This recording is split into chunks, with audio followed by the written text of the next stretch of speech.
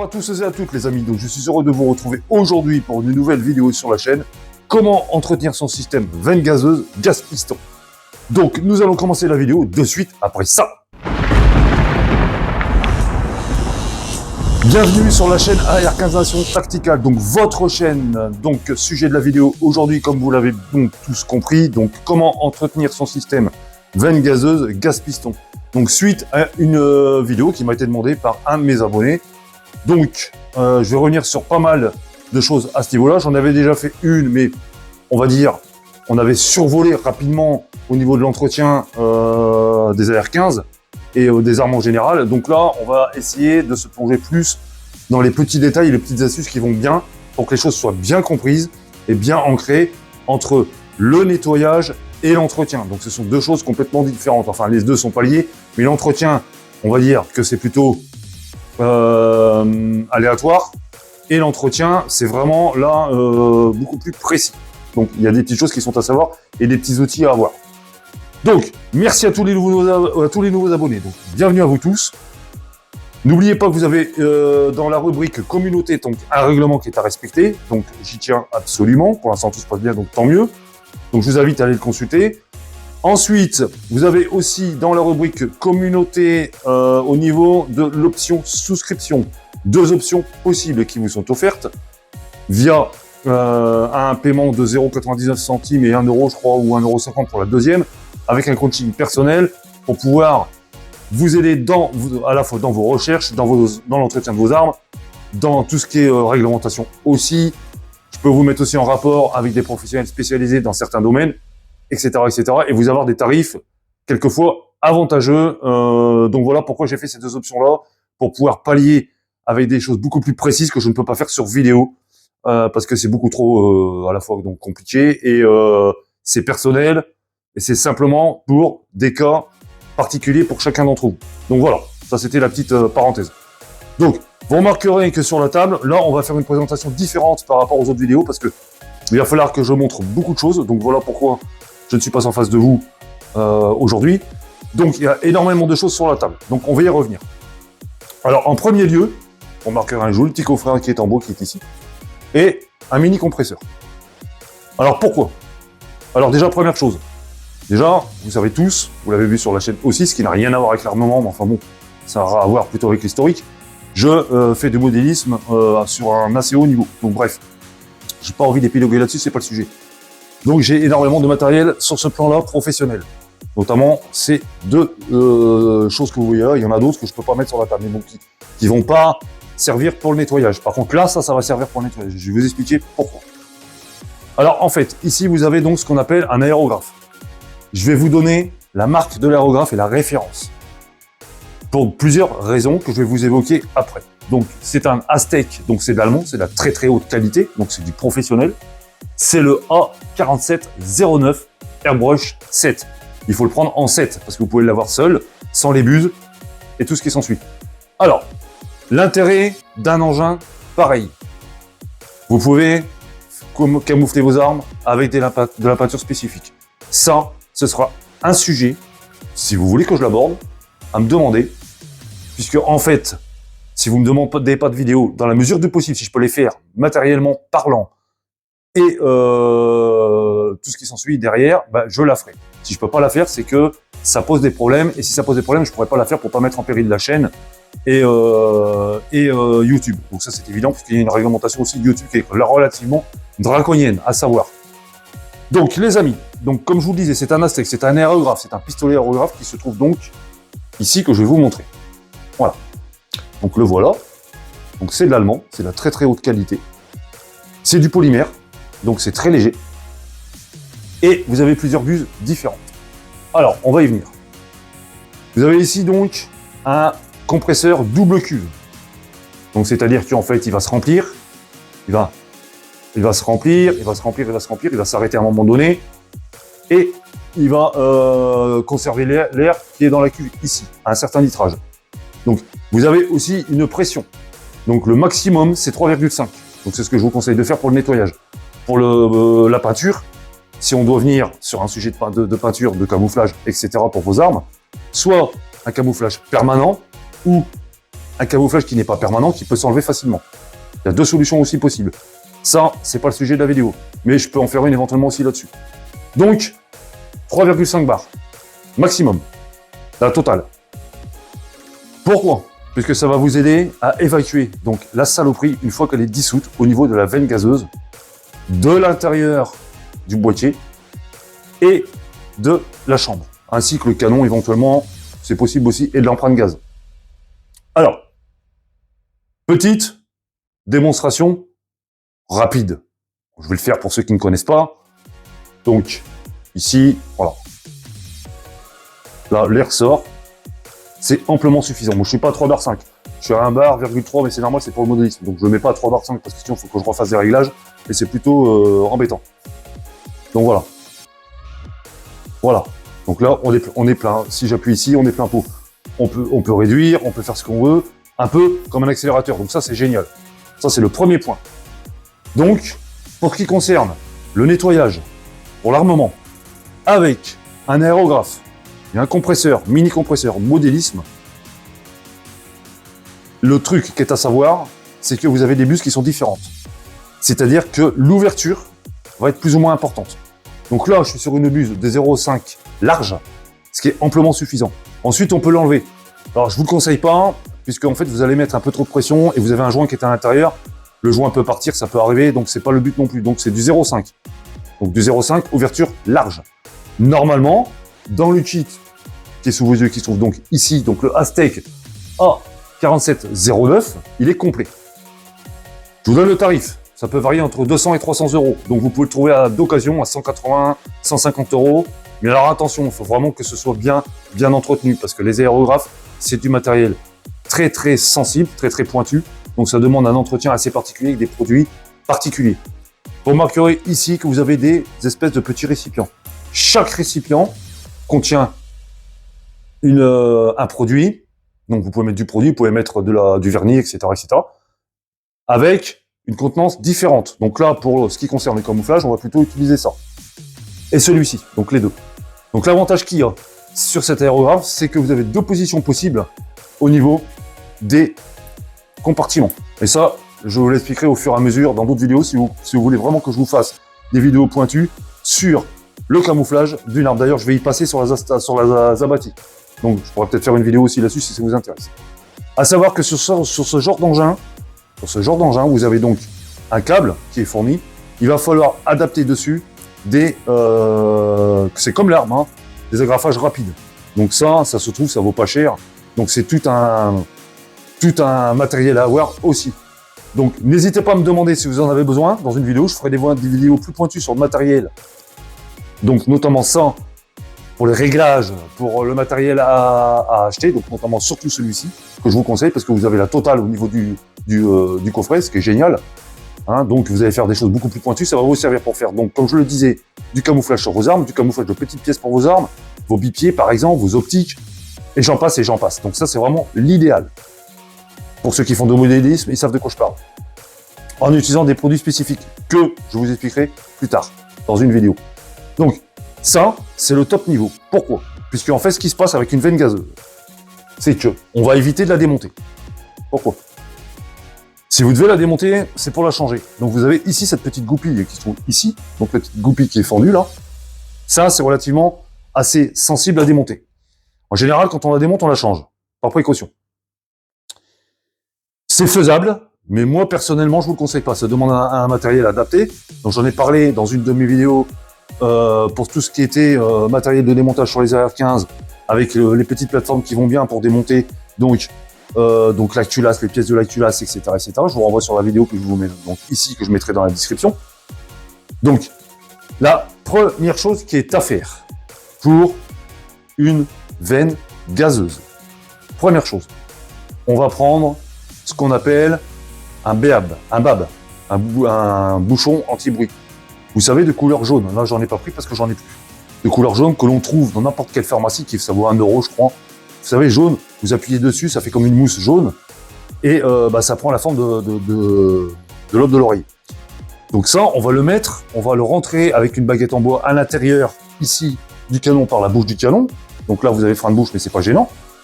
Une fois qu'il va être rentré, on va estimer que l'empreinte gaz, donc le trou des vents, parce que vous avez un trou des vents bien évidemment, va se trouver à peu près donc ici par rapport à la hauteur de la goupille. Donc on est à peu près à 1 à 2 mm, donc on est ici, grosso modo. De toute façon, vous allez vite le voir. Pourquoi?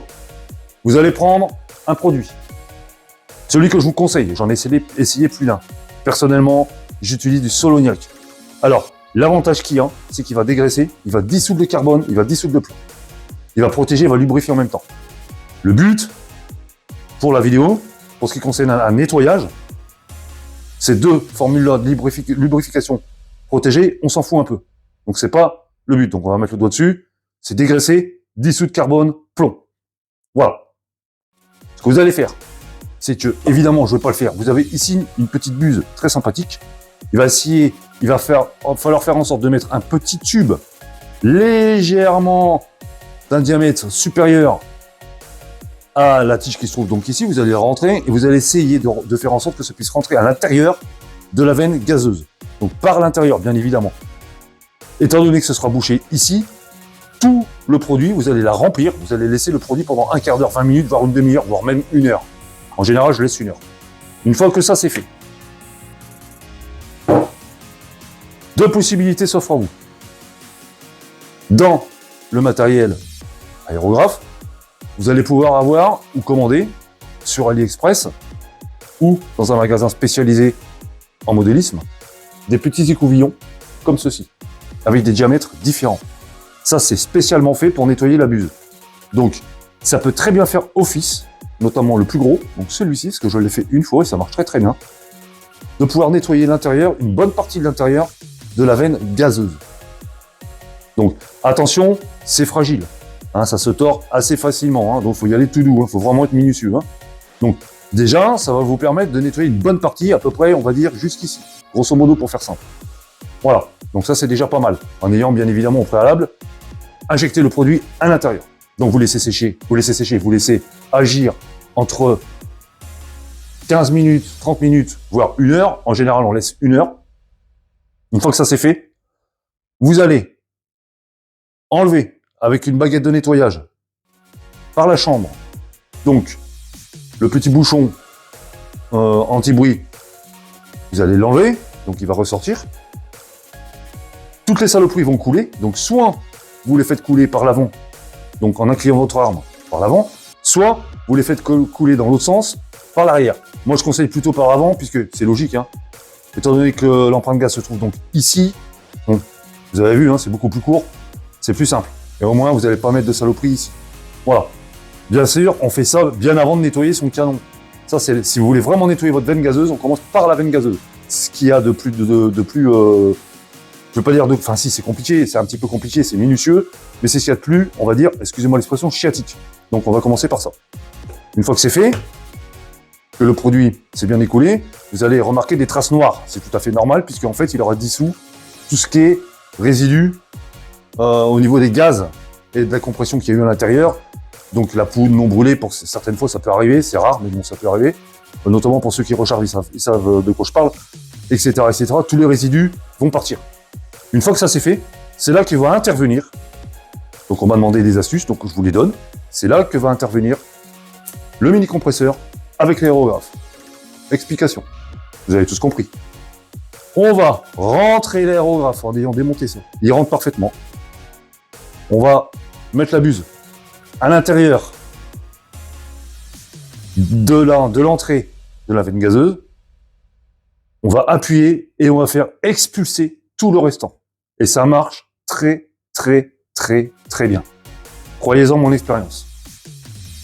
Autre possibilité qui s'offre à vous. Même chose, mais attention à une chose. Vous avez ici une toute petite aiguille. Je ne sais pas si on va la voir. Hein. Voilà. Ici, donc le but de cette aiguille, en fait, c'est qu'elle rentre. Vous voyez ? Elle laisse sortir l'air. Vous l'entendez là ? Voilà. Donc là, le compresseur se met en route, puisque j'ai expulsé de l'air. Vous savez tous comment fonctionne un compresseur. Donc ça, c'est normal. Ça fait pas trop de bruit et franchement, c'est vachement efficace. Normalement, quand vous avez fait ça, votre veine gazeuse est séchée. Ce que vous pouvez faire aussi, c'est avec cet écouvillon dont je vous ai parlé précédemment, Vous allez mettre un petit chiffon au bout, mais petit, hein. Vous n'allez pas trop le serrer. Vous allez mettre une seule couche et vous allez re-rentrer pour voir déjà s'il y a encore de la crasse à l'intérieur. Un bon petit chiffon blanc, ça fera parfaitement l'affaire. Vous allez voir s'il y a de la crasse. Donc s'il y a encore de la crasse, on recommence l'opération jusqu'à temps que la veine gazeuse soit parfaitement propre. Et croyez-moi, ça marche. Vous avez d'autres produits aussi, notamment Schmeiser. Par contre, c'est relativement cher. Donc c'est le même système, hein, pour faire simple, sauf que c'est de la mousse. Donc vous le mettez à l'intérieur, ça fait comme une espèce de mousse. Donc ça va en mettre partout et ça va dissoudre toutes les saloperies. C'est très bien aussi, mais par contre le prix n'est pas le même. Et pour la trouver, c'est pas évident. J'en ai vu sur Amazon, mais on est entre 20 et 25 euros la bonbonne, tandis que là on est à 8 euros. Et croyez-moi, vu la contenance, on a 300 millilitres. J'en suis à 14 nettoyages AR15 et ben il m'en reste encore pas mal. Donc vous voyez, il suffit pas, faut pas en mettre une tonne, ça sert à rien. Ensuite, maintenant on va parler gaz piston. Donc là, je vous ai sorti donc le CR23 de chez ANL.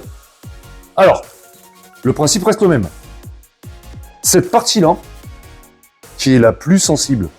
Là, je parle en opération, par contre, hein, je parle pas sur le stand. Bon, on peut le faire sur le stand, mais bon, là, elle va pas en prendre beaucoup, puisqu'en fait, elle n'aura pas de contraintes au niveau du terrain.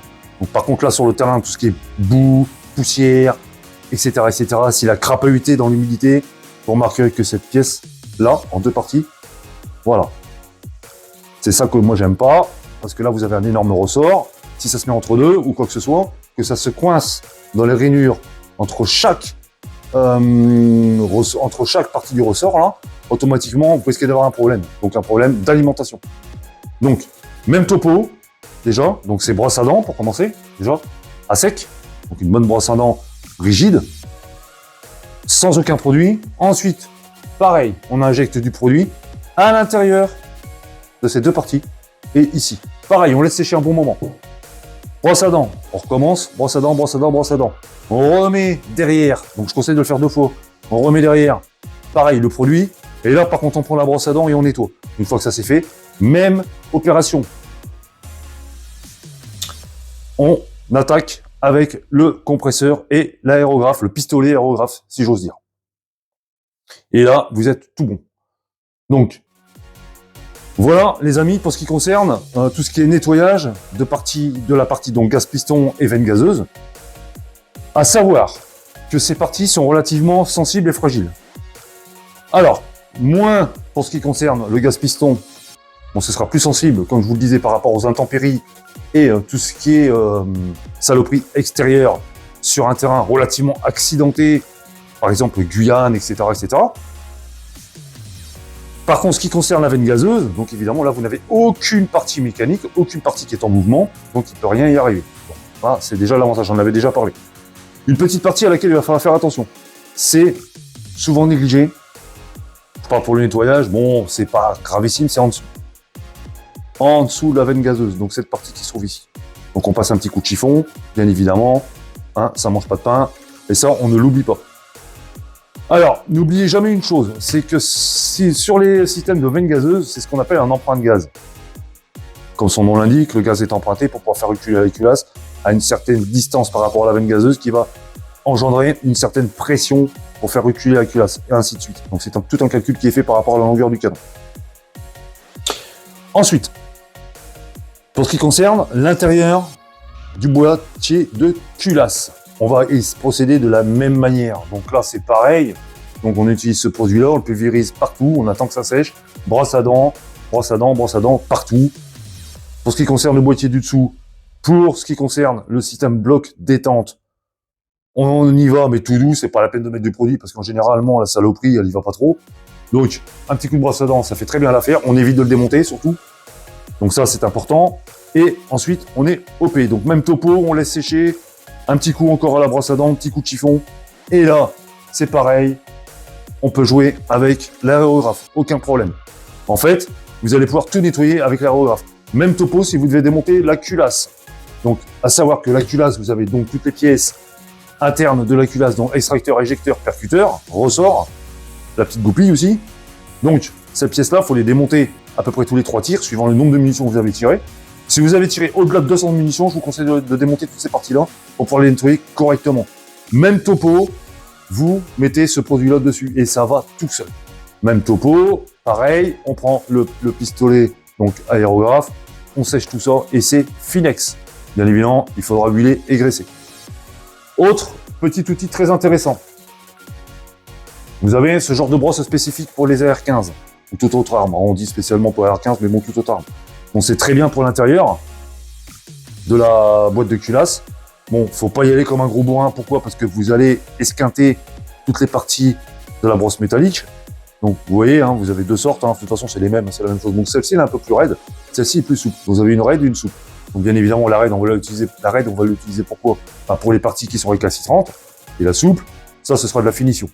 Donc, par contre, faites gaffe à une chose. N'appuyez pas comme des gros bourrins. Ça ne sert à rien. C'est le nombre de passages qui va faire la différence. C'est pas l'appui qui va faire la différence parce que vous allez l'esquinter de toute façon. Donc, ça sert strictement à rien. Vous voyez, vous avez une partie beaucoup plus importante que l'autre. Donc ça, c'est pour aller, ça c'est bien aussi pour la culasse par contre. La partie intérieure de la culasse. Donc voilà les amis pour ce qui concerne le système emprunt de gaz piston plus emprunt de gaz veine gazeuse. À l'intérieur de la boîte de culasse des AR-15, vous avez ce qu'on appelle une sorte d'étoile. Donc c'est là où viennent s'incruster les tenons de verrouillage de la tête de culasse. D'accord? Ça, il faut vraiment bien le nettoyer aussi. Donc ça, par contre, il faut utiliser ça. Donc c'est pareil, vous allez utiliser le même produit. En fait, le produit que je suis en train de vous présenter, donc c'est du Soloniac. Vous trouvez chez Decathlon à 8 €.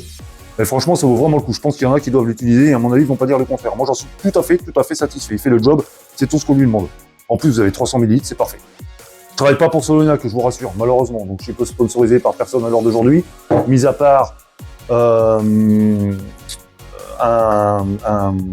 site que vous connaissez depuis longtemps, que je présente assez régulièrement sur la chaîne par rapport à leurs produits. Il n'y a que celui-ci. Sinon, voilà, donc je suis pas sponsorisé par qui que ce soit, malheureusement, j'ai pas cette chance. Donc avis aux amateurs, hein, ceux qui veulent que je leur présente des produits spécifiques, qui veulent me sponsoriser, vous êtes le bienvenu. Hein. Moi, je demande que ça. Donc, les amis, tout ça pour vous dire que, en fait, pour l'armement, si on commence à vraiment vouloir du pointu, c'est ce genre de matériel qu'il faut avoir, parce qu'en fait, là, on va rentrer dans une gamme, dans le sens où on va pouvoir faire non seulement du nettoyage, mais on va pouvoir faire un camouflage, éventuellement sur son arme. Alors faites vraiment attention à cette chose-là. Je parle de camouflage au niveau des peintures. Vous avez des peintures qui sont indélébiles. Enfin, indélébiles. Dans la logique, elles sont indélébiles. Donc il va falloir frotter avec des brosses, des machins, mais vous risquez de foutre en l'air la peinture du dessous, notamment la céracote. Il y a des peintures spécifiques qui sont des peintures aléatoires qu'on peut enlever assez facilement. Avec un produit, ça s'enlève tout seul, sans attaquer la couche inférieure de base de votre arme. Donc ça, c'est à savoir. Avantage pour ce genre de peinture, c'est que vous allez pouvoir faire un camouflage par rapport à la situation ou au terrain sur lequel vous allez évoluer. Terrain hivernal, terrain d'automne, terrain d'été, terrain désertique, et j'en passe. Terrain urbain, etc., etc. Donc ça, c'est un gros avantage, vous allez pouvoir adapter le camouflage par rapport à l'opération que vous allez faire. C'est un petit plus, puisque ça s'enlève assez facilement. Inconvénient, ça s'en va rapidement. Donc c'est pas un camouflage qu'il va falloir laisser longtemps. Ou alors il va falloir le refaire légèrement par-dessus. Les avantages aussi sur un camouflage donc permanent avec des pointures spécifiques qui vont tenir dans le temps. C'est que ça va tenir, bien évidemment, ça va résister aux UV, ça va résister au choc, et ça va résister donc aux produits chimiques, à l'huile, donc tout ce qui concerne le nettoyage de l'arme et tout ce qui va autour. Par contre, il faut bien prendre en compte une chose, c'est que si vous faites un camouflage permanent, ce camouflage, il faut vraiment bien réfléchir à ce que vous allez faire. Soit vous faites un camouflage donc polyvalent, c'est pas évident à faire, soit vous faites un camouflage spécifique, ou alors c'est pour le fun. Ou alors, si c'est pour le fun, il n'y a aucun problème. Donc, voilà les amis, pour ce qui concerne donc le nettoyage, veine gazeuse et gaz piston. Il y a aussi une petite astuce que je vous donne. Malheureusement, je ne l'ai pas retrouvé pour la vidéo, j'ai dû le perdre comme un gros bêta. Donc, c'est ce qu'on appelle des cure-pipes. Vous pouvez trouver ça, bien évidemment, dans n'importe quel bureau de tabac en général. Si ils vendent donc des pipes, etc., vous avez ce qu'on appelle des cure-pipes.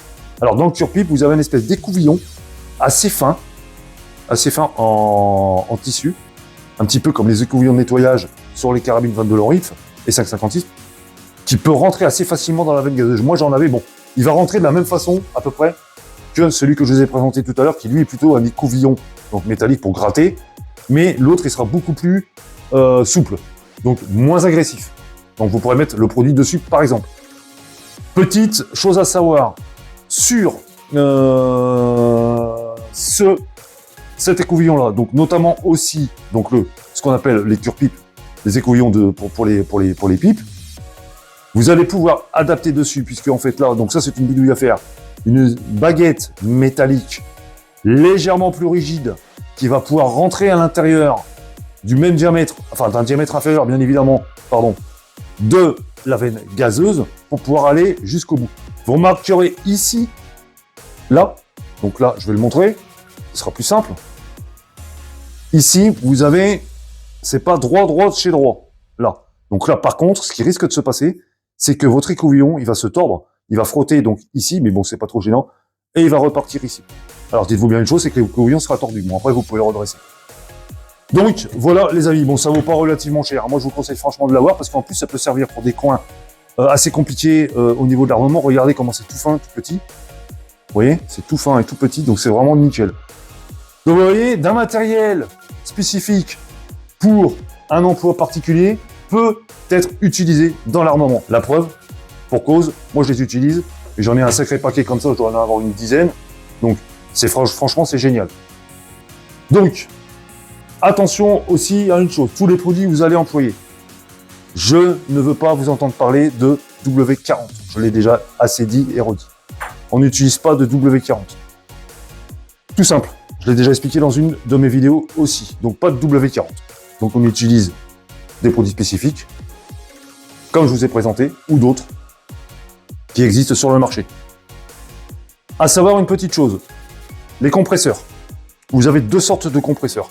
Vous avez des compresseurs et des cuves permanentes. Donc c'est-à-dire que le bruit que vous avez entendu tout à l'heure, à chaque fois que vous allez appuyer sur l'aérographe, ça va se déclencher, ça va faire comme un piston, à chaque fois. Ça vaut moins cher. Donc là, on est quand même sur un prix relativement élevé, hein, puisque là, c'est vraiment du professionnel. Donc il a fallu que je le commande en Irlande. C'est pour vous dire, il n'y a que eux qui le faisaient. Il est garanti à vie, donc c'est l'avantage. Bref, vous pouvez avoir des compresseurs entre 150 et 200 €, voire moins, simple cuve, ou double cuve, entre 200 250 €. À 180, on peut commencer à en trouver. Alors attention à la qualité, hein, parce que là, c'est autre chose. Parce que si vous en servez assez régulièrement, que ce soit pour l'armement et autre chose, même pour n'importe quoi, hein, si vous voulez repeindre, je sais pas moi, une poignée de placard, enfin peu importe, ça peut s'utiliser pour plein de trucs. Attention à la qualité, parce que tout ce qui est jointure à l'intérieur, la qualité de la cuve aussi, parce que là on est sur de l'inox à l'intérieur, ça va jouer beaucoup. Alors attention à une chose, petit conseil que je vous donne tous, pour ceux qui utilisent des compresseurs, des gros compresseurs, c'est exactement le même principe. Vous avez ici, en dessous, là, une vis de purge. Il faut impérativement le faire à chaque fois, quand il est froid, pour pouvoir évacuer toute la condensation et l'humidité qui soit à l'intérieur. Puisque ce qui risque de se passer, c'est que toute l'humidité, vous allez la balancer, ça va, vous allez la balancer en même temps avec l'aérographe, avec l'air. Donc aucun intérêt, surtout dans un canon par exemple, ou une veine gazeuse. Donc il faut vraiment que ce soit de l'air sec. Donc ça, c'est la petite astuce. Vous avez aussi des filtres. Donc ça, c'est pareil, on purge avec le filtre. Vous voyez? Voilà. Donc voilà, les amis. Donc pour les petites astuces et les conseils pour ce qui concerne l'empreinte gaz, gaz piston, veine gazeuse. Soyez attentifs à ces pièces-là. Moi, je vous conseille de ne pas le faire tout le temps. De ne pas le faire tout le temps, de le faire à peu près tous les 3 tirs. Moi, je dirais qu'au-delà de 200 munitions, on va dire 300. Entre 200 et 300 munitions, là, oui, vous le nettoyez. Par contre, pour ce qui concerne le gaz piston, à la limite, vous pouvez le faire à chaque tir, puisqu'en fait, c'est pas très compliqué à démonter. C'est simple. Vous avez vu, hein, ça va tout seul. Hein, pour ceux qui l'ont, ils connaissent, ils savent faire. Donc, c'est enfantin. Donc oui, on peut se permettre de le faire. Donc, il n'y a pas de souci. Par contre, si vous ne l'avez pas fait à chaque tir, si vous faites tous les 2-3 tirs, par exemple, c'est pas trop gênant non plus. Hein. Donc, voilà. Faut pas se prendre la tête non plus avec ça. N'oubliez pas que ce sont des armes qui sont faites pour être résistantes. Et résistantes, ce sont des armes dites. Enfin, dites. Ce sont des armes de guerre à la base. Donc, ce sont des armes qui sont faites, qui ont été étudiées pour résister à beaucoup de choses. Donc c'est pas parce que vous n'avez pas nettoyé votre gaz Python pendant 3 jours ou une semaine et que vous allez retirer après que ça va pas fonctionner. Ça n'a rien à voir. Bon, à la longue, si, ça peut avoir. Mais disons que c'est pas ça qui va faire que vous ayez un enrayage ou vous ayez un incident de tir. Donc, soyez vigilants quand même, mais c'est pas non plus, faut pas non plus être psychoté avec ça. Donc voilà les amis. Donc, je vous remercie tous d'avoir regardé la vidéo. J'espère qu'elle vous servira de support. Merci à celui qui m'a demandé la vidéo. Je vous dis à très bientôt pour une future vidéo sur la chaîne AR15 Nation Tactical. Ciao les amis.